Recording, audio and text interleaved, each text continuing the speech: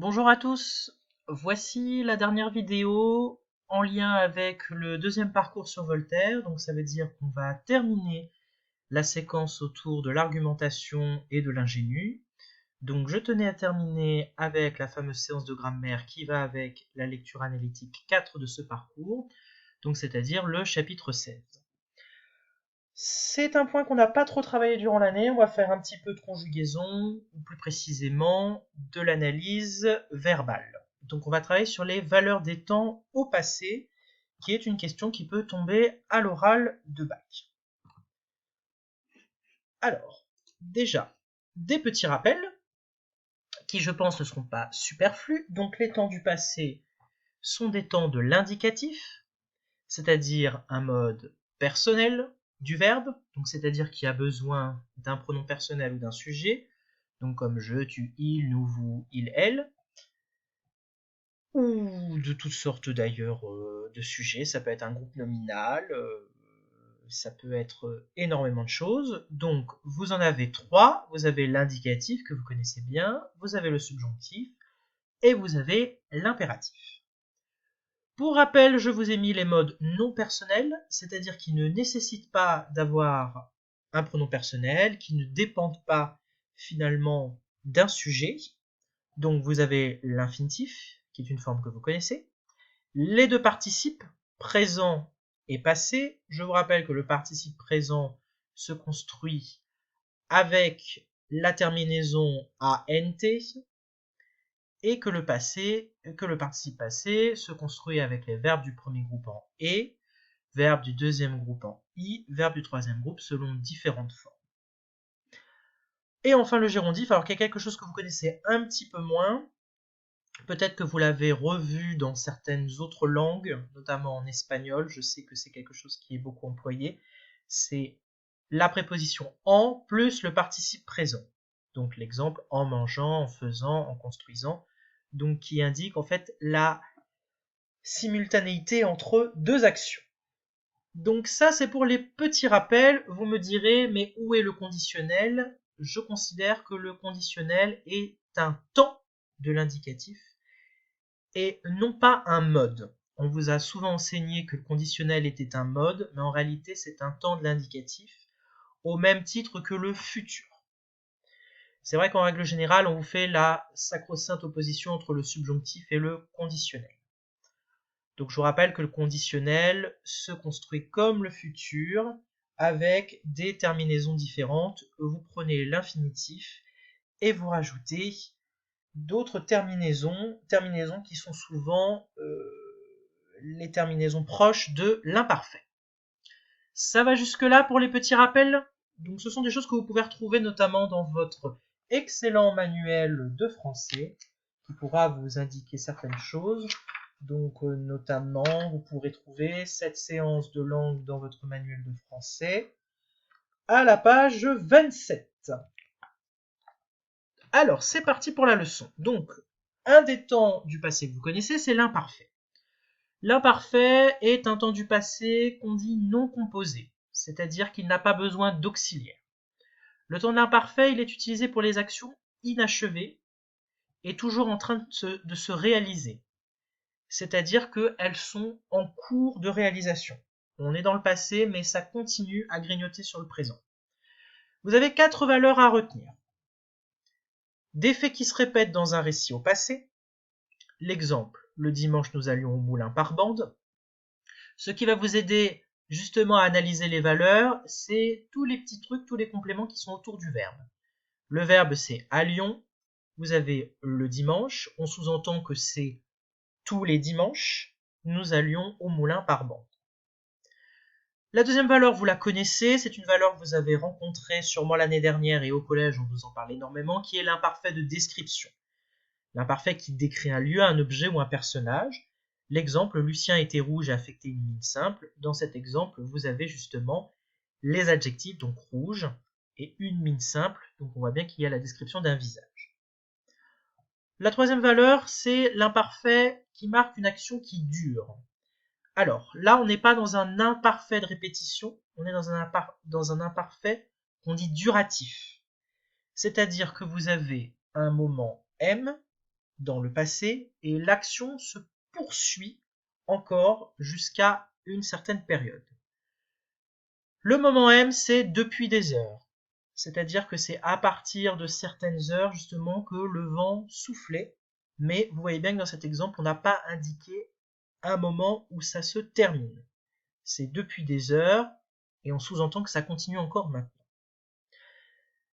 Une valeur aussi importante, notamment dans les récits, et vous le verrez justement dans le chapitre 16, c'est l'expression des faits placés au second plan par rapport à ceux du premier plan exprimés au passé simple. Pour résumer, l'imparfait est utilisé, vous avez vu, donc pour la description, pour des faits qui se répètent et pour des actions qui durent. On considère que ces actions ne sont pas des actions importantes, c'est-à-dire qu'on hiérarchise les faits. On considère que l'imparfait est là pour être en retrait, pour parler de choses justement qui ne font pas avancer l'action. Donc, on utilise l'imparfait pour ces valeurs-là. Le passé simple, justement, est utilisé pour les actions de premier plan, c'est-à-dire les actions essentielles, les actions qui font avancer l'intrigue, qui font avancer l'histoire. Dans l'exemple, ce jour-là, ils dînèrent au sommet des buttes dans un restaurant dont les fenêtres s'ouvraient sur Paris. Quelle est l'action qui est la plus importante?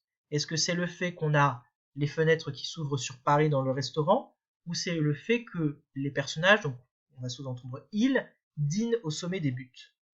Moi, si je devais l'analyser, je dirais que l'action qui est la plus importante, c'est l'action de dîner, plutôt que justement la description des fenêtres qui s'ouvraient sur Paris. L'imparfait, ce qui peut vous aider aussi, c'est qu'il est souvent utilisé pour des compléments circonstanciels. On considère que dans un restaurant dont les fenêtres s'ouvraient sur Paris, bon, ça peut être supprimé. Ce jour-là, ils dînèrent au sommet des buttes, on a assez d'informations. Donc ça, c'est pour l'imparfait. Je pense que ce sont des choses que vous avez déjà vues par le passé. Si ce n'est au collège, au moins l'année dernière, notamment pour l'analyse du récit. Alors, le passé simple, donc il y a moins de valeur à retenir. C'est un temps lui aussi non composé, donc il n'a pas besoin d'auxiliaire. Il est le contraire de l'imparfait, c'est-à-dire ce sont des actions qui sont limitées dans le temps et qui sont achevées et uniques. C'est-à-dire qu'au lieu d'avoir une étendue d'action, vous avez quelque chose de ponctuel, vous avez quelque chose qui a une fin et un début. Avec le passé simple, on suppose justement que cette action a un début et une fin et que c'est quelque chose de court. Je vous ai mis que c'était le temps du récit au passé par excellence. C'est-à-dire que quand on veut raconter des histoires, quand un narrateur veut bien faire les choses dans un récit, il utilise le passé simple. Deux valeurs à retenir. Donc, celle-ci, on l'a vu, passé de premier plan est limité dans le temps. Donc, brusquement, je revins à moi. Donc là, on n'a qu'une seule action, je revins à moi, et c'est surtout brusquement, l'analyse de l'adverbe, qui montre que l'action est courte et qu'elle est limitée dans le temps. Donc, très rapidement, la personne est revenue à elle, elle a repris ses esprits, il n'y a pas besoin de 30 ans, justement, pour revenir à elle. C'est brusquement qui nous indique, justement, que c'est limité dans le temps. Le deuxième point, le passé simple utilisé pour marquer la succession de faits pour la succession d'actions rapides. Alors ça, c'est une valeur qui est, on va dire, un peu rare à trouver, mais si vous tombez dessus, ça peut être des points de jackpot pour le bac. Donc quand vous avez une succession d'actions courtes, donc exemple, couper les carottes, émincer les oignons et brûler le torchon, ça donne un certain rythme, le passé simple, et ça donne finalement une certaine tension, puisque comme c'est le temps qui sert pour les actions limitées dans le temps, qui sont achevées et uniques, ça permet, on va dire, de cadencer les choses et finalement de donner une certaine vivacité au récit. Donc, si vous avez un exemple de ce genre, analysez bien la succession des verbes avec leurs compléments et surtout le passé simple qui justement aide la succession des faits, la succession d'actions rapides. Donc voici pour le passé simple. Donc jusque là pour l'imparfait, retenez 4 valeurs et pour le passé simple 2 valeurs. Je vous ai fait un petit point sur les deux temps composés du passé. Donc le passé composé et le plus que parfait. Qui eux sont des temps composés. Alors retenez bien une chose, de toute façon je vous ai fait un tableau récapitulatif à la fin. À partir du moment où vous avez un temps composé, c'est action achevée. Vous ne posez même pas de questions, l'action est terminée. Néanmoins, petit récapitulatif de comment est-ce qu'on fait un passé composé. On utilise l'auxiliaire être et avoir, au présent s'il vous plaît, et on utilise le participe passé du verbe que vous voulez conjuguer. Ça serait trop long, j'ai pas assez de temps pour vous rappeler la règle de l'accord de l'auxiliaire avec être et avoir. Avec être, on l'accorde toujours. Avec avoir, il ne s'accorde en genre et en nombre qu'avec le CED si celui-ci est placé avant. Donc ça, c'est une règle que je pourrais justement vous rappeler, qui fait partie d'ailleurs des accords que vous devez retenir et qui sont essentiels. Deux valeurs, donc le passé composé présente une action passée comme étant terminée, donc là c'est bon, elle est passée, elle est terminée, contrairement à l'imparfait, elle ne dure pas, on a vraiment un début et une fin, et c'est surtout qu'il exprime l'antériorité par rapport au présent. Donc vous avez une première action, l'action de remercier pour le cadeau, mais le cadeau a été offert par le passé.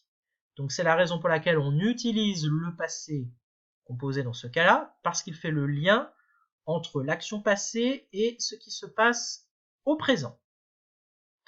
Le plus que parfait, c'est la même chose, toujours des actions achevées, sauf que le rapport temporel est différent. Vous avez une action qui est dans le passé, et vous avez, alors je suis en train de me perdre, donc je reviendrai à quelque chose de plus simple. Donc comment est-ce qu'on compose? Être ou avoir un imparfait, et le participe passé du verbe. La règle de l'accord s'applique de la même manière. Pareil, lui aussi présente une action passée comme étant terminée. Il avait fait très chaud tout l'été. Et au lieu d'exprimer l'antériorité par rapport au présent, c'est l'antériorité par rapport au passé. C'est-à-dire que la première action qui a eu lieu dans le passé, c'était envoyer. Et le colis, justement, est l'action qui est arrivée après. Alors, pour éclaircir votre lanterne sur ce point-là, je vous ai fait justement une petite ligne du temps. Donc, quand on utilise le passé composé, il est en lien avec le présent. Quand on utilise le plus que parfait, il est en lien avec l'imparfait. Quand on utilise le passé simple, il est en lien avec ce qu'on appelle le passé antérieur. Donc, passé antérieur, c'est la même chose, c'est être ou avoir au passé simple avec le participe avec le participe passé. Donc, auxiliaire au passé simple pour le passé antérieur et participe passé du verbe. Pour le futur antérieur, c'est la même chose. Donc vous avez le futur et l'antériorité par rapport justement au futur simple. Futur antérieur, même chose, être ou avoir au futur, plus le verbe au participe passé. Pour résumer, je vous ai fait un petit tableau. Alors tout cela sera mis en PDF. Donc, l'imparfait, action inachevée. Les 4 valeurs que je vous ai données. Répétition de faits dans un récit au passé. Description, une action qui dure des faits de second plan. Passé simple, action achevée. Comme le passé composé le plus que parfait. Succession de faits rapides, action rapide et faits de premier plan. Et enfin, les 2 valeurs que vous avez à retenir pour le passé composé le plus que parfait. Bon, ça c'est des choses qu'on ne vous demandera peut-être pas. Pensez bien à l'antériorité par rapport au présent. Si vous avez un doute, regardez à quel temps est conjugué l'auxiliaire et ça vous donnera justement de l'aide sur l'antériorité. Voici donc pour ce cours. Je n'ai rien d'autre à rajouter, donc nous avons terminé le parcours 2. À partir de cette semaine, nous commençons l'étude de Molière. Et de l'école des femmes, je vous prépare des documents dans ce sens-là. Et prochainement, je vous donnerai aussi un devoir de lecture cursive autour d'une autre œuvre de Voltaire. Voici pour ce cours, je vous souhaite une bonne journée. Au revoir.